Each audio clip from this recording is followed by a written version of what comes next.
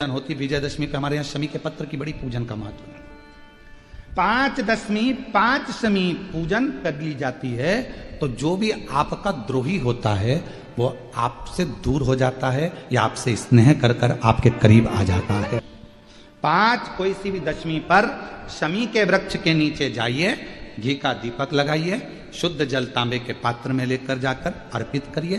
पहले दीप जलाना, उसके बाद शमी के पौधे में जल डालना और पौधे उस वृक्ष के नीचे बैठकर जल चढ़ाकर वहीं पर एक चावल का दाना समर्पित कर कर बाबा से प्रार्थना करना कि बाबा मुझे बहुत कष्ट है, ये मेरा एक तकलीफ मुझे दे रहा है, बस आप मेरी तकलीफ को दूर करना। शिव की ऐसी कृपा होगी। कोई सी भी 5 दशमी आप चुन लीजिए, परंतु वो दशमी अमावस्या के पहले वाली नहीं होना चाहिए, वो पूर्णिमा के पहले वाली। उस दशमी के दिन जो एक शमी का पत्र भूलवश भी महादेव को समर्पित कर दे, उसकी जिंदगी में कभी संपदा की कमी ना आए। एक शमी का पत्र, एक शमी का पत्ता, महादेव को अगर एक शमी का पत्ता दशमी के दिन समर्पित कर दिया जाता है तो जिंदगी में कभी बेभव और धन की कमी नहीं आती। उसी तरह गाय का घृत थोड़ा सा हाथ में लगाकर, भले 1 चम्मच ना हो, 1 कटोरी ना हो, आधी चम्मच भी ना हो तो 2 आधी चम्मच ना हो तो 2 बूंद ना हो तो 1। अगर मेरा भोलेनाथ तुम्हारी नहीं सुन रहा है तो 1 लोटा जल, 1 दुर्वा और 1 बेलपत्र, ये 3 चीजें लेकर जल जब चढ़ाओ तो पहले गणेश जी का स्थान, फिर तटी भाग, फिर शिवलिंग। समझ में आ गया? गणेश जी का स्थान, कटी भाग जलाधारी, फिर शिवलिंग। दुर्वा गणेश जी के स्थान पर समर्पित कर दो और बेलपत्री अशोक सुंदरी वाली जगह पर समर्पित कर दो। ये 3 चीजें अगर आप 2 हफ्ते में, 1 महीने में अगर एक बार भी अगर करते हो तो देवादिदेव महादेव आपकी मन की कामना पूर्ण जरूर करते हैं। ये निश्चित। मास दशमी तिथि को जो दीप दान करता है उसके घर में कभी संपदा की कमी नहीं आती है। के पत्ते को चाहे 21 हो, 11 हो, 51 हो, तिथि को उसको शहद में डुबोकर शंकर भगवान के शिवलिंग पर उसको श्रृंगार करो। केवल चढ़ाना नहीं है, जब शहद में डूब जाएगा तो वो चिपक जाएगा। शिव का श्रृंगार करो। क्या होगा इससे? तो लिंग पुराण कहती है, नर्मदा पुराण कहती है, शंकर का जब हम शमी के पत्ते को शहद में डुबोकर श्रृंगार करते हैं, शंकर कहते हैं इसने मेरा श्रृंगार करा है तो क्यों ना मैं भी इसका धन का श्रृंगार कर इसको कर से मुक्त कर दूं, तब कर जा चुका। मात्र दशमी की तिथि के लिए, केवल दशमी, चिड़चिड़ करता है, क्रोध करता है, गुस्सा करता है, तो महाराज शंकर भगवान का श्रंभेश्वर महादेव का नाम लेकर 31 बेलपत्र, जिस व्यक्ति को क्रोध आता है उस व्यक्ति का स्मरण कर कर आखा चावल मतलब सेगे चावल के साथ 1-1 बेलपत्र, 31 बेलपत्र कर कर शिव जी के शिवलिंग पर समर्पित करी जाती है। मात्र दशमी की तिथि के लिए, केवल दशमी, चाहे उजाला की हो चाहे अंधेरे की। कौन से महादेव का नाम लेना है? श्रंभेश्वर महादेव, शिव जी का एक।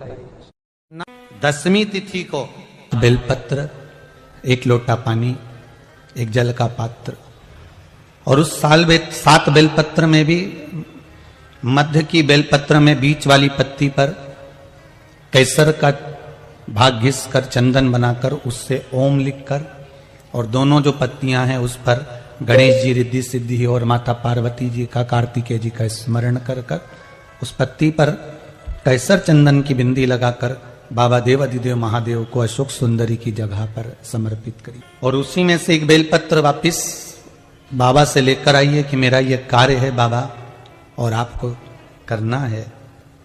लाखों के दुखड़े जो तू हर गया डमरू वाले, फिर मेरे दुखड़ों को देखकर क्यों डर गया डमरू वाले। बाबा तेरे भरोसे पर यह कार्य। शिव से निवेदन कर कर 1 बेलपत्र बाबा की वापिस लेकर आए, उसको संजो कर रखे। 1 लोटा जल, 1 जल का पात्र लीजिए, उस जल के पात्र को लेकर उसमें थोड़ा सा लाल चंदन डालकर बेलपत्री के वृक्ष के नीचे और देवादिदेव महादेव को चढ़ाना प्रारंभ कर दीजिए। शिव को चढ़ाना थोड़ा सा जल। उसके बाद में 1 लोटा जल स्वच्छ फिर शिव जी को चढ़ाओ। प्रयास करो, बेलपत्री मिले, बेलपत्री पर लाल चंदन तीनों पत्तियों पर लगाकर, लाल चंदन बेलपत्री के वृक्ष के नीचे समर्पित कर कर, उसी बेलपत्री के वृक्ष के नीचे का बेलपत्र वापिस लेकर श्री शिवाय नमस्तुभ्यम बोलकर आपकी कामना कहकर भगवान शिव पर अघोरेश्वर महादेव का नाम लेकर आप चढ़ाना प्रारंभ करिए। बाबा आपका कार्य 3 महीने के अंदर पूर्ण कर देगा, सफलता दे। शिव जी का एक नाम है अघोर।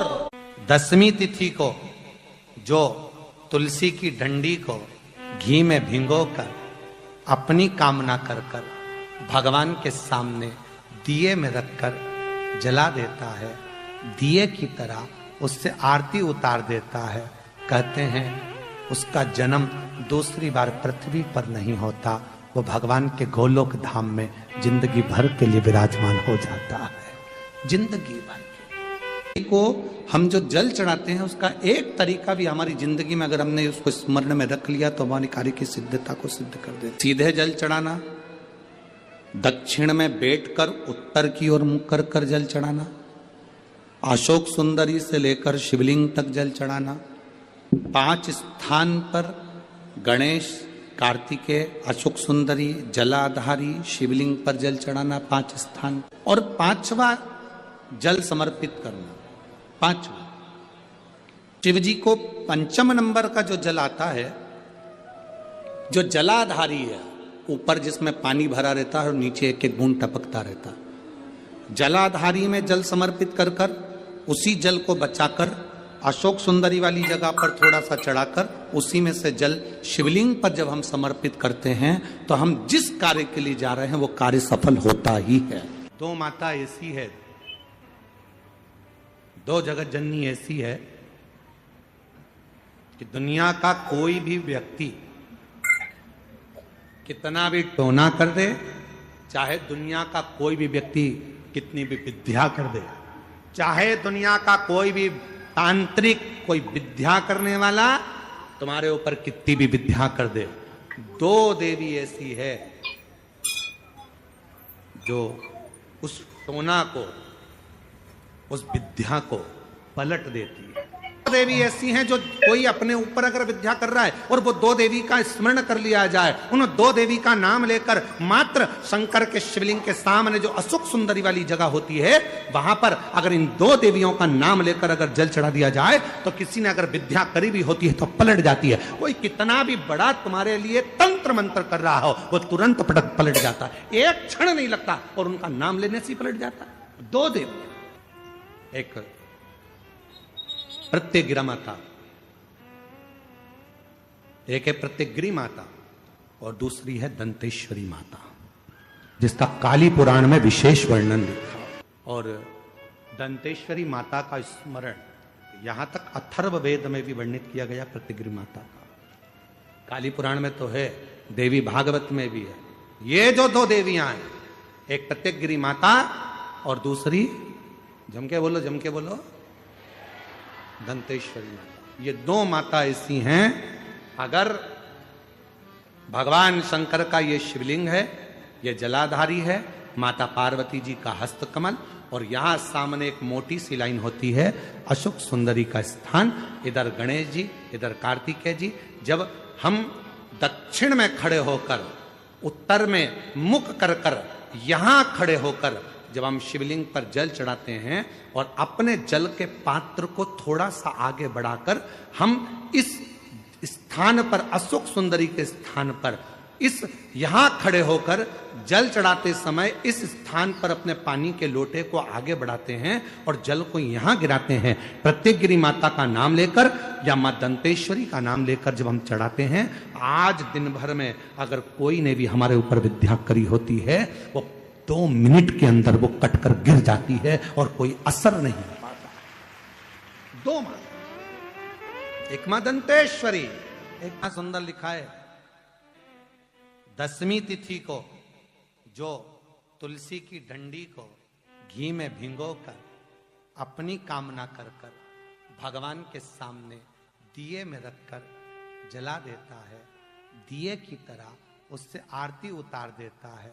कहते हैं उसका जन्म दूसरी बार पृथ्वी पर नहीं होता, वो भगवान के गोलोक धाम में जिंदगी भर के लिए विराजमान हो जाता है। जिंदगी भर के दीप की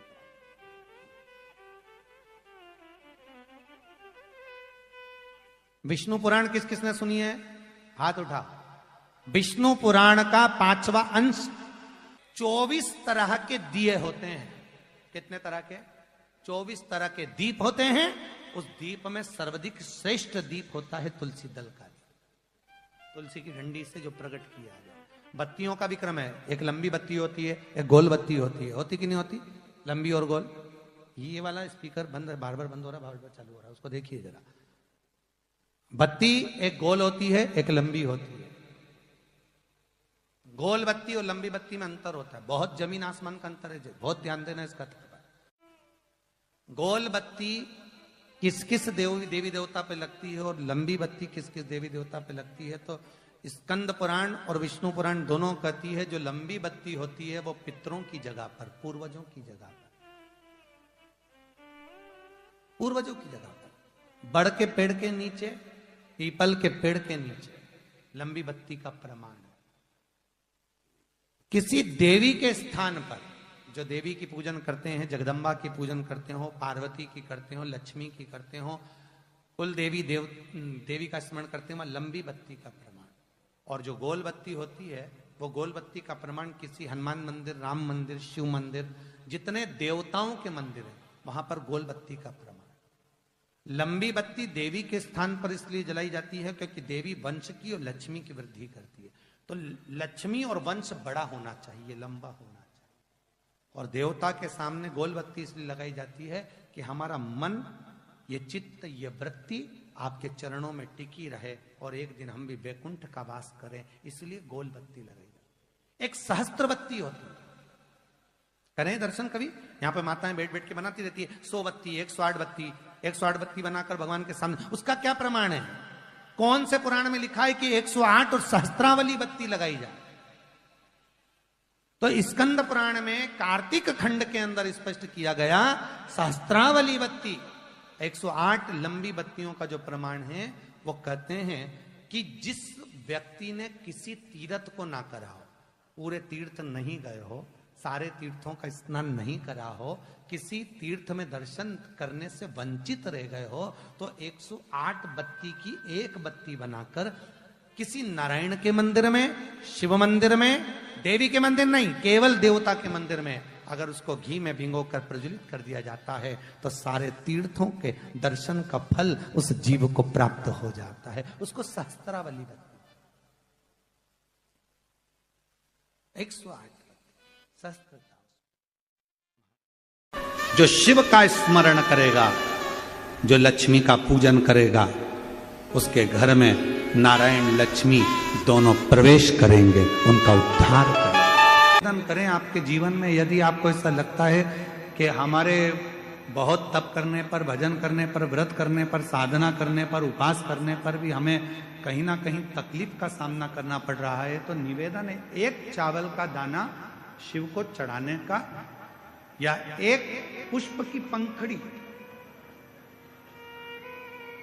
और बन सके आपकी जिंदगी में अगर आप बना सकते हो और कर सकते हो, तो मालूम पड़े अगर एक चावल का दाना नहीं चढ़ा सकते, जल नहीं चढ़ा सकते, तो एक शमी का पत्र भी अगर आप शिव को समर्पित कर रहे हो तो शिव उसको स्वीकार करो। प्रयास करा, कोई एकांत में शिवलिंग हो, अपने घर से 2 लोटा जल भरकर ले गए। जब घर से लोटा भरकर जल लेकर जाओ तो घड़े पर घड़ा रखो, अर्थात जैसे एक घड़ा है उस घड़े पर दूसरा, मतलब एक लोटे पर दूसरा लोटा भरकर लेकर जाना। 5 दुर्वा, 5 बेलपत्र, 5 चावल के दाने, 5 कनेर के पुष्प,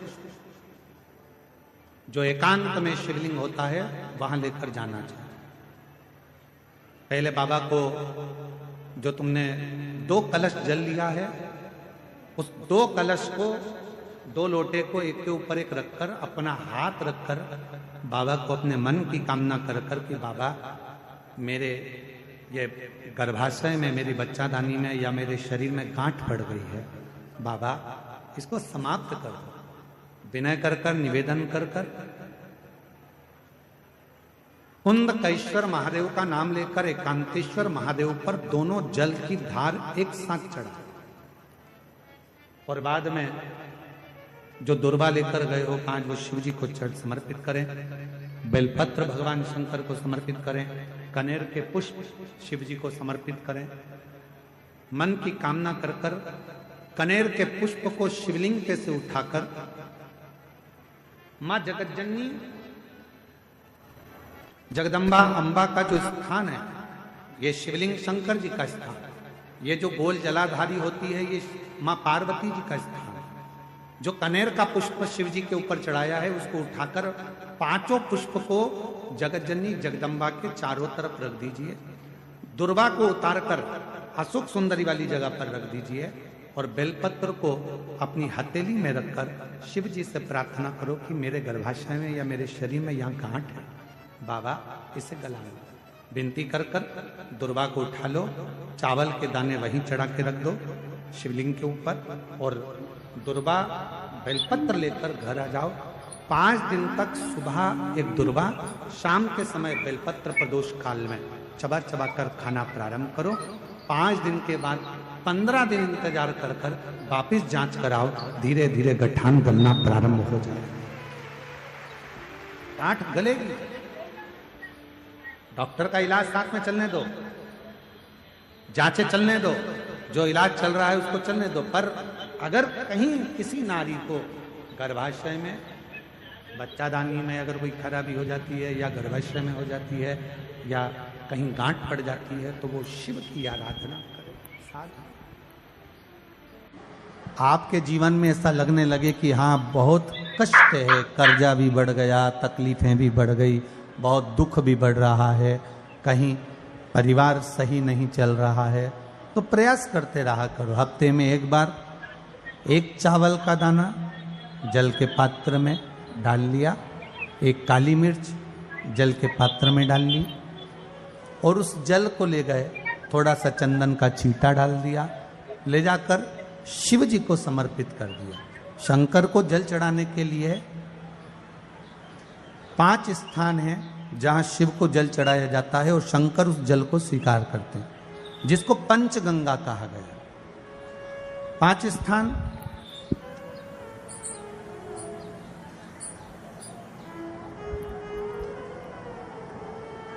अच्छे से समझ लीजिएगा, जब भी शिव मंदिर में जाएं तो ये 5 स्थान शिव को जल चढ़ाने के लिए जे रखा है। शिवलिंग, गोल जलाधारी, ये चरण जहां से पानी नीचे की ओर जाता है। शंकर भगवान के 13 बच्चे हैं, 13 की 13 बच्चे, शिव जी का संपूर्ण परिवार, 33 कोटि देवता, 64 योगनियां, सब शिवलिंग के आसपास में। आप शंकर जी के मंदिर में जाकर ये कभी ना विचार करना कि पार्वती जी को ढूंढना पड़ेगा या गणेश जी को ढूंढना पड़ेगा या कार्तिकेय जी को ढूंढना पड़ेगा या भैरव को ढूंढना पड़ेगा। हमें शंकर के मंदिर में जाकर किसी देवता को ढूंढने की जरूरत नहीं है। जहां शंकर भगवान का शिवलिंग रखा हुआ है वो माता जी का हस्तकमल है, माता पार्वती जी का स्थान है। जहां शिवलिंग रखा है वो शंकर भगवान है। जहां जलाधारी है उस जलाधारी के पास में जहां पानी बहता है बीच में अशोक सुंदरी का स्थान है। जहां से पानी बह रहा है उसका राइट भाग वहां गणेश जी का स्थान है, लेफ्ट भाग कार्तिकेय जी का स्थान है। शंकर भगवान के ऊपर जो जल गिर रहा है वो शंकर भगवान की 5 लड़कियां, जया, विषहरा, शामलीबारी, दौतली, देव, ये शंकर जी की 5 बेटियां ऊपर हैं। जहां से पानी बहकर उस निकासी से, जहां नाली बनी रहती है, पानी जहां से निकलकर बाहर मंदिर के जा रहा है वो 33 कोटि देवताओं का स्थान है। इसलिए सारे मंदिरों की परिक्रमा हो सकती है पर शंकर जी के मंदिर की परिक्रमा नहीं करते, क्योंकि वो जल जो जा रहा है वो 33 कोटि देवताओं का स्थान है, उसको हम लांघ नहीं सकते। वो स्थान जल चढ़ाते समय आप इसका स्मरण रखें। पानी का जब पात्र लेकर जाते हैं मंदिर के अंदर, सबसे पहले शिव जी का जो जलाधारी है उसमें राइट भाग पर अपनी मनोकामना कर कर जल चढ़ाएं, फिर लेफ्ट भाग में चढ़ाएं रोग मुक्ति के लिए।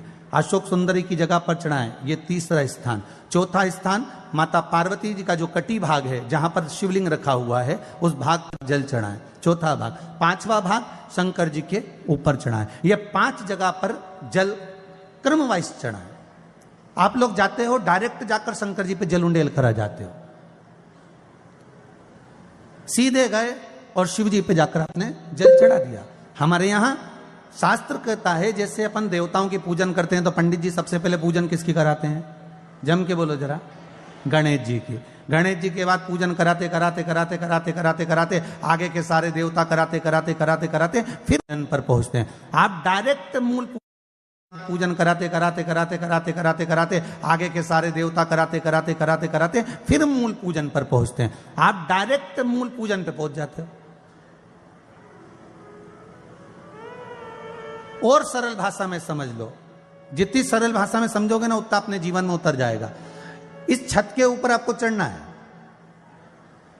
निशानी रखी है,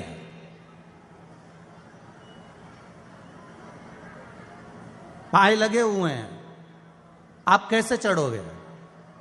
एक एक पाए पर पांव रखकर चढ़ोगे कि डायरेक्ट पहला पे रखोगे आखिरी पर? जम के बोलिए जरा, एक एक पाए पर पांव रखोगे ना कि धीरे धीरे हमको चढ़ना है। उसी तरह शिव मंदिर में पहुंचने के बाद पहला गणेश स्थान, कार्तिकेय स्थान, अशोक सुंदरी का स्थान। अशोक सुंदरी के स्थान पर जल क्यों चढ़ाया जाता है? क्योंकि भगवान शंकर की सबसे छोटी लड़की जो है वो अशोक सुंदरी है। और ये जो छोटी लड़की है अशोक सुंदरी, ये नारी को अखंड सौभाग्यता का वर प्रदान करती है। कौन सी नारी को? किस नारी को अखंड सौभाग्यता देती है? तो महाराज शास्त्र कहता है जिस नारी के भाग्य में लिखा होता है कि उसको वैधव्य होना है, इसके पति को समाप्त होना है, अगर वो नारी अशोक सुंदरी वाली जगह पर जल चढ़ा देती है तो पति पर अगर काल भी मंडरा रहा होता है तो मां अशोक सुंदरी महाकाल से कहकर काल को टाल देती है। वो अशोक सुंदरी का स्थान, वो माता अशोक सुंदरी का स्थान।